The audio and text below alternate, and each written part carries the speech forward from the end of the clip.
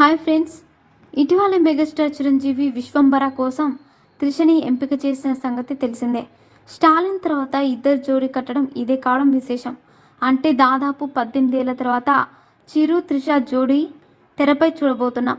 మరి చిరంజీవి అలాంటి ఛాన్స్ తీసుకున్న తర్వాత స్నేహితులు నాగార్జున ఏమైనా తగ్గుతారా? ఆయన కూడా ఇప్పుడు స్నేహితుడి మార్గంలో వెళ్తున్నట్టు కనిపిస్తోంది. అంటే చిరంజీవి ఛాన్స్ ఇచ్చారు, నాగార్జున కూడా మళ్ళీ త్రిషని ఎంపిక చేస్తున్నారని అనుకున్నారు. అది కాదు మ్యాటర్. ఆ ఛాన్స్ కింగ్ ఇస్తుంది ప్రియామణికి అని తెలిసింది. నా సామిరంగ తర్వాత నాగార్జున వరుసగా ప్రాజెక్టులు లైన్లోకి తెస్తున్న సంగతి తెలిసిందే. ధనుష్ సినిమా పక్కన పెడితే కింగ్ సోలోగా తమిళ డైరెక్టర్ నాగ్తో ఓ సినిమా, సుబ్బు అనే దర్శకుడితో మరో సినిమాకి కమిట్ అయ్యారు. ఇందులో సుబ్బు సినిమా కోసం హీరోయిన్గా ప్రియమణిని ఎంపిక చేస్తున్నారని లీకులు అందుతున్నాయి.